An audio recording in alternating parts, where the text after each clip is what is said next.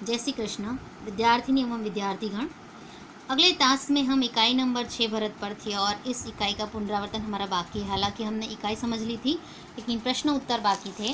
बराबर पूरी इकाई हमने देखी थी। इकाई में आगे का जो भाग था वो हमारा बाकी था, यानी कि शब्दार्थ आपको पढ़ना है, विकल्प के लिए मुहावरे, प्रश्न उत्तर। बराबर ये जो सारी चीज़ें हैं, ये प्रश्न उत्तर बड़े पढ़िएगा, ये कहानी तो नहीं। इसके बाद यहाँ जो विशेषण के प्रकार हमने पढ़े हैं, गुणवाचक विशेषण के या फिर संख्यावाचक विशेषण के, निश्चित संख्यावाचक, अनिश्चित संख्यावाचक या फिर परिमाणवाचक विशेषण के, तो वो भी अपनी तरीके से सही तरीके से पढ़िएगा। बराबर, क्योंकि कहीं भी कोई शब्द में ट्विस्ट करके टीचर विकल्प पूछ सकते हैं। बराबर, ये सारी चीज़ें, यहाँ लिंग परिवर्तन भी दिया गया है तो लिंग परिवर्तन को भी सही तरीके से पढ़िएगा। और कहीं भी आपको ऐसा लगे कि कोई विकल्प आपसे गलत हो रहा है तो उस प्रश्न को 2 बार पढ़िएगा सही तरीके से और फिर उस प्रश्न को अटेंड कीजिएगा। पढ़ने के बाद कि यहाँ कहीं कोई चूक तो नहीं मुझसे हो रही है। बराबर, मैं अपनी तरीके से आपको विकल्प करवा रही हूँ बच्चों, लेकिन आप अपनी तरीके से भी इकाई के लिए विकल्प, मतलब पूरी इकाई आप अपनी तरीके से पढ़िएगा। कहीं आपने छोटी भी चूक कर दी तो आपके मार्क्स कट सकते हैं। सो हम विकल्प की ओर आगे बढ़ेंगे, इस इकाई के विकल्प की ओर। अभिज्ञान शाकुंतलम नाटक का हिंदी में अनुवाद किसने किया? अभिज्ञान शाकुंतलम नाटक का हिंदी में अनुवाद किसने किया? राजा किरण सिंह, राजा लक्ष्मण सिंह, राजा दशरथ सिंह, राजा मान सिंह। सही जवाब आएगा राजा लक्ष्मण सिंह। राजा दुष्यंत का पुत्र कौन है? राजा दुष्यंत का पुत्र कौन है? शिशुपाल, वासुदेव, सर्वदमन या फिर सर्पदमन। दोनों शब्दों में फर्क है। सही जवाब आएगा सर्वदमन।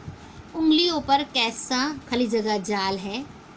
अद्भुत, सुंदर, भयंकर, अन्य। उंगलियों पर कैसा जाल है? अद्भुत, सुंदर, भयंकर या फिर अन्य। सही जवाब आएगा अद्भुत। मेरी कुटिया में ऋषि कुमार के खेलने के लिए, मेरी कुटिया में ऋषि कुमार के खेलने के लिए खाली जगह का मोल रखा है। चांदी, सोने, हीरे या फिर मिट्टी। सही जवाब आएगा मिट्टी। देव पितर शब्द का अर्थ है, देव पितर शब्द का अर्थ है देव और दानव, देव और पूर्वज, देव, देवी, दानव और दैत्य। सही जवाब आएगा देव और पूर्वज। महात्मा मरीचि के पुत्र कौन? महात्मा मरीचि के पुत्र कौन? विश्वामित्र, वशिष्ठ, कश्यप या फिर कण्व। सही जवाब आएगा कश्यप। खाली जगह क्यों ना आनंद मनाओ? खाली जगह क्यों ना आनंद मनाओ? मैं, तुम और तू। यहाँ ध्यान दीजिएगा, मैं यानी अंदर। बराबर, किताब, किताब मेज के अंदर है। बराबर, मेज के अंदर।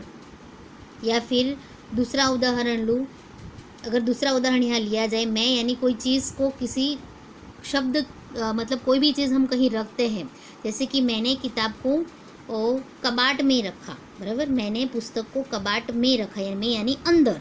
बराबर, तो मैं यहाँ नहीं आएगा। मैं यानी मैं खुद, मैं स्वयं। बराबर, आई सेल्फ, मतलब मैं क्यों ना आनंद मनाऊं? तुम यानी तुम, सामने वाला व्यक्ति तू। तो सही जवाब क्या आएगा? मैं। राजा ने अपनी खाली जगह स्त्री को बिना अपराध छोड़ दिया। राजा ने अपनी स्त्री को बिना अपराध छोड़ दिया। सुहागन, देवी, विवाहिता या फिर निर्दोष। तो इकाई के अनुसार जवाब आएगा विवाहिता, यानी शकुंतला को जो विवाहित थी उसे दुष्यंत ने शापवश उसे अपने से अलग किया था। दुर्वासा मुनि ने जिस प्रकार श्राप दिया था, हमने ये सारी बातें इकाई के अनुसार समझी थी। भरत इकाई का साहित्य प्रकार क्या है? भरत इकाई का साहित्य प्रकार एकांकी, नाटक, निबंध या फिर कविता। सही जवाब आएगा एकांकी। सर्वदमन के मुख की दमक खाली जगह के समान थी। सर्वदमन के मुख की दमक खाली जगह के समान थी।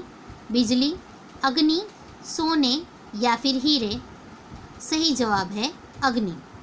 महर्षि कश्यप के पिता का नाम, महर्षि कश्यप के पिता का नाम क्या था? मतंग, भृगु, मरीचि या फिर वशिष्ठ।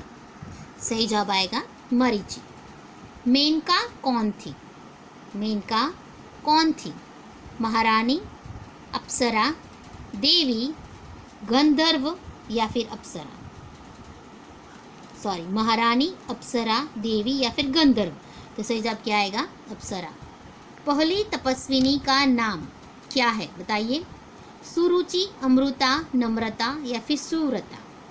सही जवाब क्या आएगा? सुव्रता।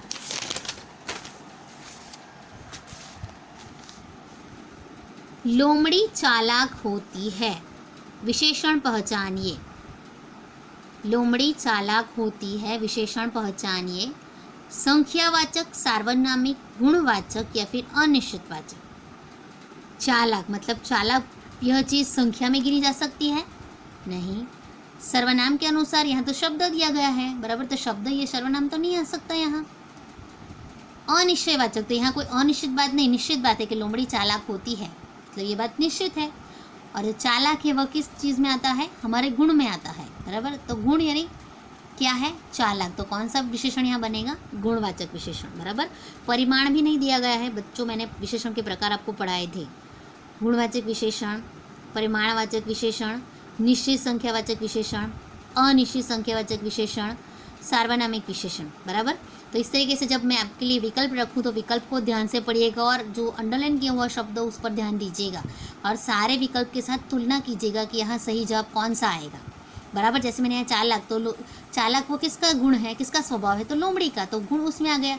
और बाकी को हमने किस प्रकार तुलना की? संख्या यहाँ है नहीं, सर्वनाम यहाँ दिखाई देता नहीं क्योंकि नाम ऑलरेडी यहाँ है, लोमड़ी है, चालाक होती, चालाक यह ऑलरेडी नाम है, बराबर। तो ये नहीं आ सकता, अनिश्चित भी नहीं आ सकता। तो सही यहाँ क्या जवाब आएगा? गुणवाचक, बराबर। उसके बाद है रस्सा शब्द का लिंग परिवर्तन क्या होगा?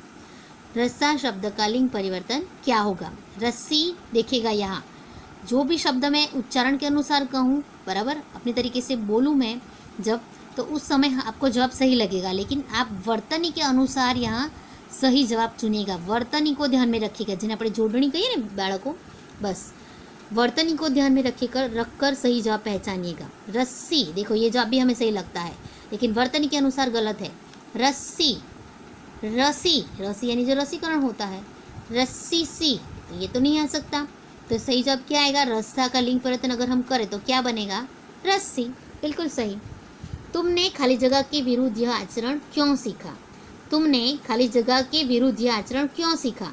जंगल, अरण्य, वन या फिर तपोवन। यहाँ देखिएगा बच्चा, आप कन्फ्यूज यहाँ हो सकते हो। अगर आपने इकाई सही तरीके से पढ़ी होगी तो चारों ऑप्शन एक ही जवाब की ओर इशारा करते हैं।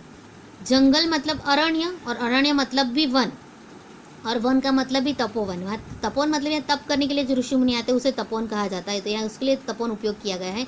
कि तीनों का मतलब अगर देखो तो सही एक ही तरीके से आता है। तो उस समय हमें होता है कि तुमने जंगल के विरुद्ध, तुमने वन के विरुद्ध, तुमने अरण्य के विरुद्ध या फिर तुमने तपोवन के विरुद्ध। इस समय अगर आपने इकाई ध्यान से पढ़ी होगी तो आप सही जवाब ढूंढ पाओगे। तो सही जवाब क्या आएगा? तपोवन। क्या कारण है कि मेरा खाली जगह इस बालक की ओर उमड़ा सा आता है? क्या कारण है कि मेरा खाली जगह इस बालक की ओर उमड़ा सा आता है? बराबर। प्रेम, वात्सल्य, स्नेह और हृदय।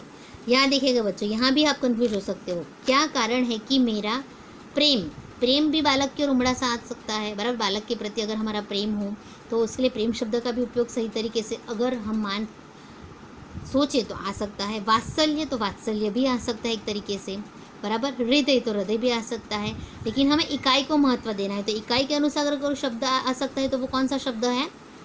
कौन सा शब्द है? स्नेह, बराबर। ध्यान आ गए आपको? मैंने यहाँ टोटल 17 जो है वो विकल्प आपके लिए ढूंढे हैं, लेकिन आप अपनी तरीके से बराबर विकल्प मैंने अपनी तरीके से बनाए हैं। आप अपनी तरीके से विकल्प पढ़िएगा।